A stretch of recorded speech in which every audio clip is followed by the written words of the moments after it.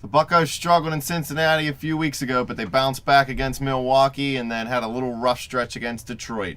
They should get it going, though. Welcome to the Steel City. Is everybody ready to go? It's proclaimed the greatest radio show. Welcome, fans, to our second week of Pirate Baseball. J-Dash, this is your favorite time of the year. JK47, I seen you outside just cutting grass with what looked to be a butter knife. Do you like grass that much? It was a K-bar. But...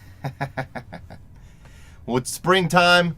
The Buccos are what, 3-6 last I looked? 3-6. It's rough. They're done for. Well, count them out. Playoffs are over. I wouldn't go that far. They're 3-3 over the past 6 games, their past 2 series. Like you said, though, they lost all 3 to Cincinnati. Close games. The bullpen decided each and every one of those games. But starting Friday, they started a series at Milwaukee, and they started off pretty well. The first game was Jeff Locke versus Mike Fiers. They won the game 6-2 to make them 1-3. Locke pitched 6 innings, allowed 7 hits, just 2 earned runs, 1 walk, and 2 Ks, giving them a 3 ERA on the season. Fiers, he went 5 innings, allowed 7 hits, 5 earned runs, 1 walk, 8 Ks, and a jack. So Locke pitched pretty well that game. He was okay. I mean, I'd like Okay. You don't like that? Well, 7. I mean, yeah, he only walked 1 hitter. I mean, I like the fact that that they didn't really score that much off of him. I mean, 7 hits, 6 innings pitched. I mean, they were definitely getting the bat around on him. The Pittsburgh bullpen, they turned it around this series. In this game, Hughes, Bastardo, Caminero, and Melanson combined for 3 shutout innings. So it was nice to see the bullpen put it together a little bit. Offensively, the Pirates started scoring early. In the second inning, they put up 3 runs, including an Alvarez single to center, scoring Neil Walker. And in the 4th inning, Pedro hit the big fly again to make it 4-0. In the 4th inning, Adam Lean singled to center, bringing in LaCroix and Davis. Yeah, that made it 4-2. But then in the 5th inning, Marte hit a sac fly to center, scoring McCutchen. Really, the Pirates had this game in hand all game long. Marte homered to left field in the 8th inning to make it the 6-2 final. When do they think Kutch tweaked his knee? Because I know he's been, I don't want to call it issues. Well, he but was missing something's time during bothering the him. spring. Remember you said, why isn't Kutch in during the spring? Well, he was having a little bit of problems then, too. So he's not fully 100% healthy yet. So if that lingers all year and Kutch only plays 100 games, what does that do to the Pirates' playoff chances? They're going to have to put him on a DL. It really hurts their chances, but they'd have to put him on a DL. I don't think he's going to miss that much time from it. Just a little bit of rest, probably, all he really needs, hopefully. Locke got the win. Fiers took the loss. Pirates hitters during that game. Walker went 3 for 5 with 2 doubles, a run, and a stolen base. Pedro 2 for 4 with the big fly, 2 RBIs, 2 runs scored. Marte was 1 for 3 with a home run and 2 RBI. Cervelli had a 2 for 4 day at the plate. He scored a run and doubled. Josh Harrison and Gregory Polanco actually struggled this game. They went a combined 0 for 8 with 7 strikeouts between the 2 of them. So, I mean, that's kind of been quality at bats right there. Well, it's been the story of Polanco's season so far, and actually the Pirates in general, but we'll get into that a little bit later. You know, for the Brewers, Adam Lean 2 for 3, double, 2 RBI in the walk. And Scooter Gennett, he was ejected for slamming his bat, and that forced Carlos Gomez to play an inning at second base for him. Yeah, that's pretty crazy. Carlos Gomez at second base. Jeanette's off to a real slow start this season, and he's frustrated. You could tell. Gomez at second base. Anybody in fantasy, if your league, if you get one game in at a position and you get eligibility there, now somebody got Carlos Gomez for second base for the season. How nice would that be? I don't know because I don't play fantasy baseball. I'd like to think he'd have to play more than 1 inning. Well, though, most leagues you have to play at least 10 games there, like make 10 appearances. But in some leagues, you just have to make 1 appearance and you get eligibility. But all in all, this was a great game for the Pirates. Jeff Locke pitched very well. The bullpen shut him down over the final 3 innings, and the offense got it going early. They looked very good. But then you go into Saturday, and the offense got shut down, and Vance Worley got blown up. He didn't pitch very well. It was Vance Worley versus Jimmy Nelson. They lost 6-0, sent them to 1-4. 6 earned runs and only 6 in 1 innings pitched. That's pathetic, Worley. Milwaukee getting the quarter of their season run total in this game. Not a very good game for the Pirates at all. As we were saying, Vince Worley, 6 earned runs in 6.1 innings pitched. Struck out 4. Gave up a home run. Yeah, his ERA sitting at 8.53 right now. And his counterpart, Jimmy Nelson, Dominated. 7 innings pitched, only 2 hits allowed. 2 walks and struck out 9. Yep, no earned runs allowed. The one positive for the pitching staff for the Pirates was the bullpen pitched okay again. It was just Rob Scahill that night. He went 1 2/3 innings, pitched perfect baseball, 2K. So the bullpen is turning around at least. They're definitely going to have to. They're going to be instrumental this year. I mean, our starters are still showing a little bit of reluctance to work deep in the ball games. Well, this is the prime example of a game that I was, hitting to a minute ago. With Kutch not in the lineup, their offense did nothing. I'm not saying their other hitters are complete garbage, but when Kutch isn't in there, pitchers pitch them all differently. I mean, he is the catalyst of our offense. Not too much from the rest of the offense. They went just 2 for 26 with 2 singles, 2 walks, and 11 Ks in this game. Jimmy Nelson took the win. Vance Worley took the loss. The Milwaukee offense got to Vance Worley early, too. In the second inning, they scored 3 runs, including Hector Gomez double, scoring Segura and Aramis Ramirez. And then in the fourth inning, Gene Segura had a homer to left center field to make it 5-0. V-Dub got to put it together if he wants to stay in the rotation. And he led up his final run in the 7th inning before being pulled. The Pirates offense that game, Cervelli went 1 for 3, Marte 1 for 2 with a walk. Like I said, the offense just went 2 for 26 with those 2 singles and 1 That's K. it? Just 2 goddamn hits? Segura went 1 for 2 with the jack, 2 RBIs, 2 runs, and a walk. Hector Gomez 2 for 3 with 2 doubles, 2 RBIs, and a run. So this was a bad game for the Pirates outside of their bullpen pretty much. Go into Sunday, the series tied 1-1. The Bucs really put it together, both offensively and with their pitching staff again. It was Casey Sadler versus Cal Loesch because Liriano was placed on the paternity list, and he wouldn't make his next start until later in the week. Is he having a baby this week? But the Pirates won this game 10-2, taking their record to 2-4. Sadler pitched very well. 5 innings pitched, 4 hits, 2 earned runs, 1 walk, 5 Ks, and a jack allowed. While Kyle Loesch got beat up again for his second straight start. He went 6 1/3 innings, not too bad, but he let up 8 hits, 4 earned runs, 5 Ks, and a jack. Now the bullpen for the Pirates pitched well again. Hughes, Caminero, Watson, and Lees combined for 4 shutout innings this time. So this series, the bullpen was perfect. Shark Tank's back, right? It Until looks next like week it. when they're a bunch of guppies again. Well, what do you think about Casey Sadler, 47?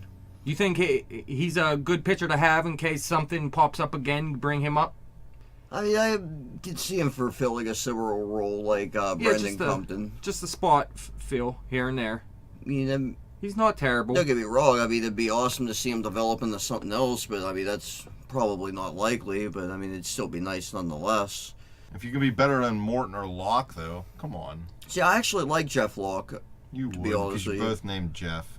Locke isn't that terrible, man. You're thinking I like he's him better than Vince Worley, to be not honest worth a with you. rotation spot. I don't know. Vance Worley had a bad start. I sort of like Worley too, though. I'll take V-Dub over Locke any day. The Pirates started the scoring. They scored the first run of the game in the 3rd inning. Polanco singled to right to make it 1-0, scoring Sanchez. And then in the 3rd inning, Milwaukee made it 2-1 off of Carlos Gomez homer to left center field, scoring Hector Gomez. But then the Pirates just took over. Kutch had a 3-run jack in the 6th inning, and then in the 9th inning, Walker had a 3-run jack as well. So Sadler got the win. He goes to 1-0, while Cal Loesch moves to 0-2, looking bad this season. Well, getting into our Pirate leaders for this game, you got Gregory Polanco going 2 for 5 with a double and an RBI and a run scored.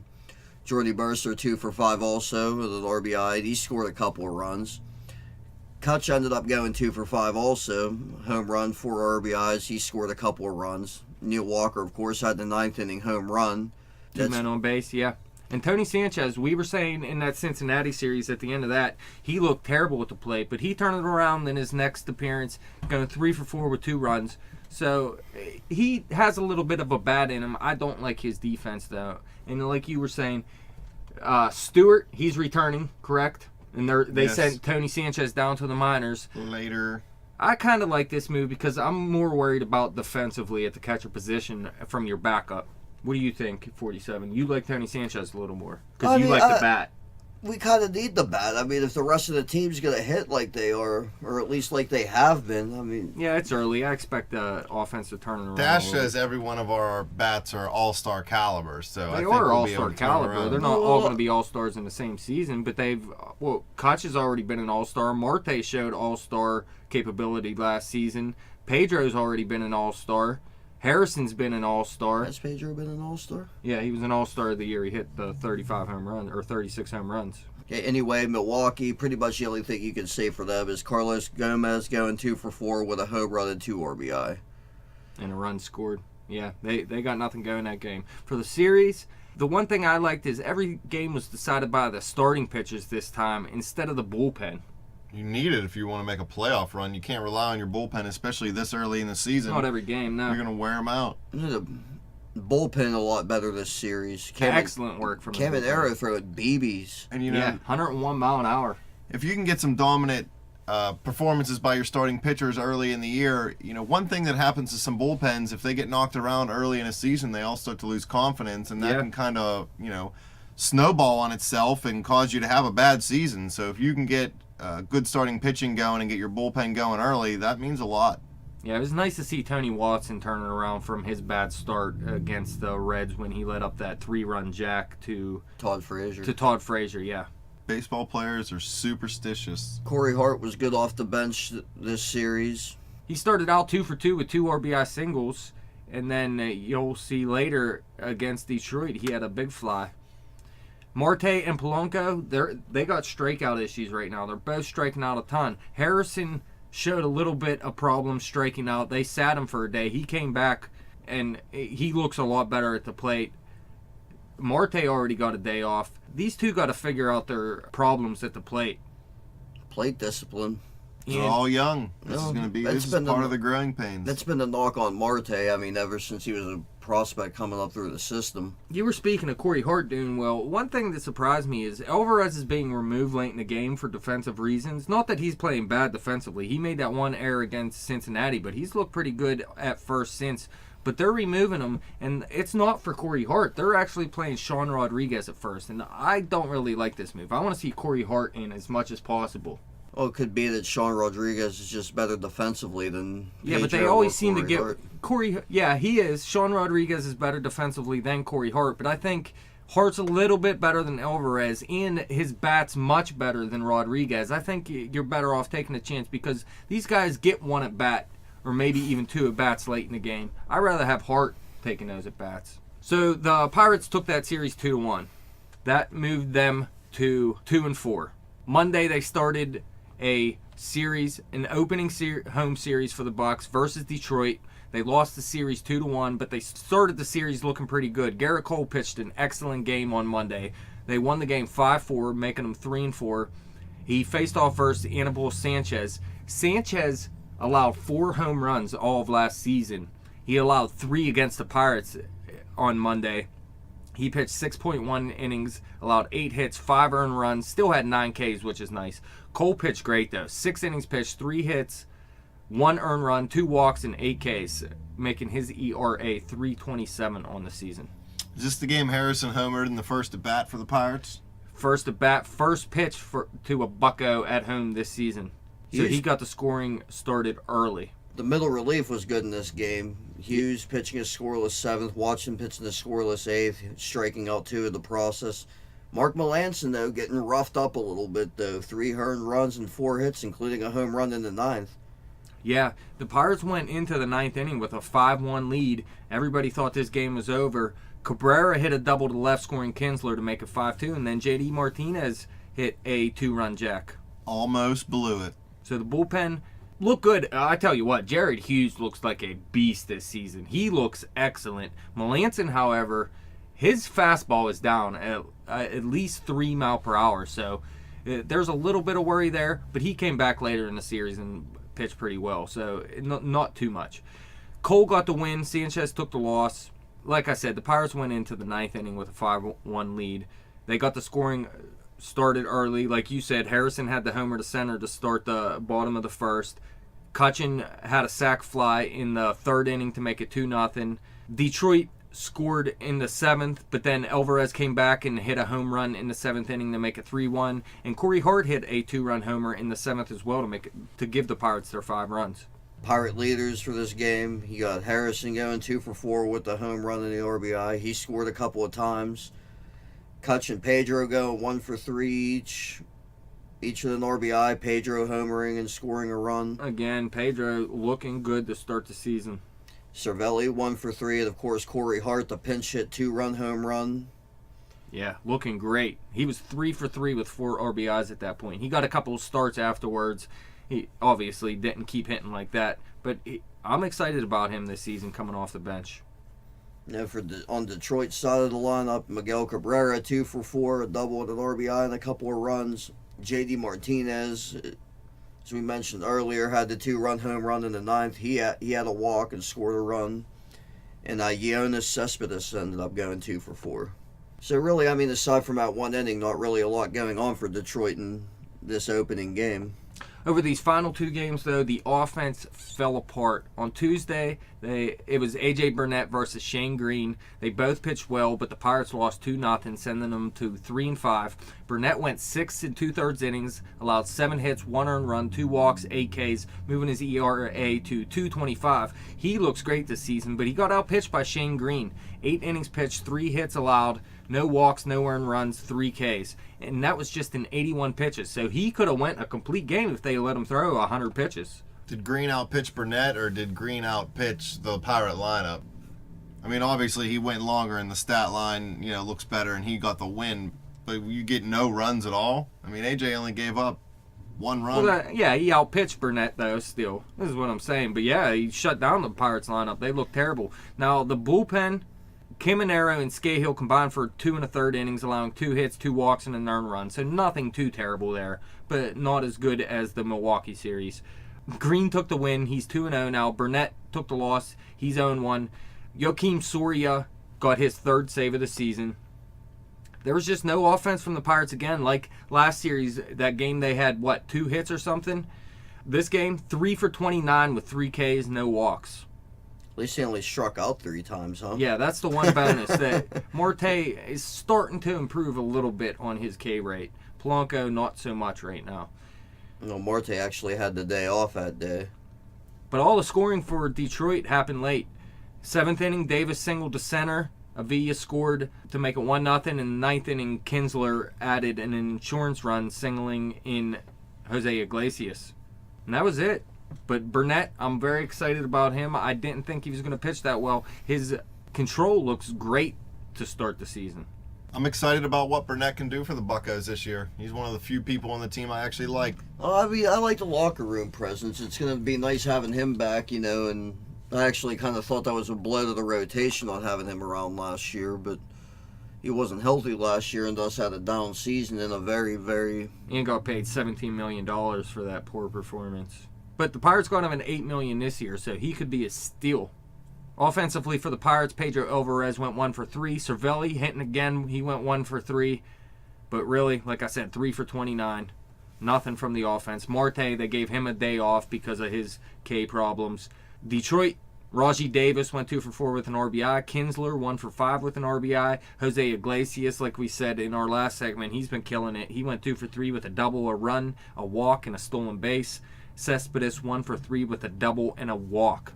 So the Pirates go into Wednesday 3-5, and another tough loss for him. Francisco Liriano pitched like an ace. He faced Alfredo Simon, who pitched even better again. Pirates lost 1-0, sending them to 3-6. Liriano went 6 innings, 4 hits, 1 earned run, 1 walk, 7 Ks, and a jack. His ERA is a very nice 2.08. But Simon, 8 innings pitched, 2 hits, 0 earned runs, 0 walks, 2 Ks. So that's 2 games in a row that the Pirates' offense just got completely shut down.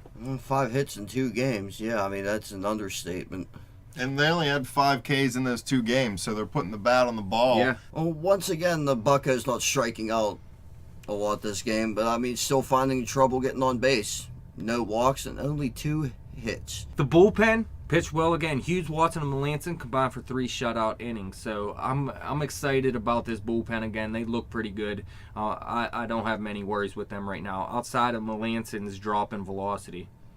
But Rajai Davis, the 6th inning home run was all they had. That was all the scoring in the game, and it's surprising to see it come from a guy like Rajai Davis, too. I was just thinking the same thing, J Dash. Not a guy who's known for his power.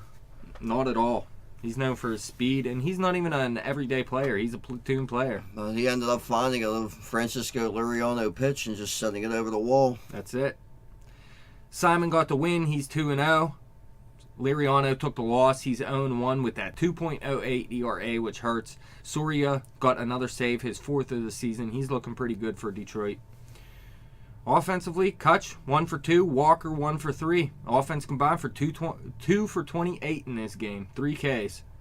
Garbage. Yeah, Rajai Davis 1 for 4 with the game-winning home run, the only run in the game. Jose Iglesias still looked good, 1 for 2 with a walk and a stolen base. And Nick Castellanos went 2 for 3 in this game. Pretty decent-looking young third baseman for the Detroit Tigers.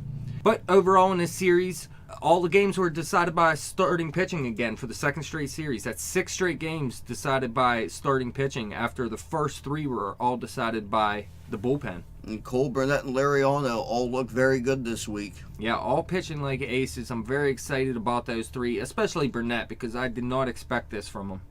You know, Francisco Liriano painfully outdilled in the 2nd straight start, where he was actually very, very good. Yeah, it's exciting. Last season, he came out and started very slow. He picked it up midway through the season. I think he went to the DL and came back and started pitching very well.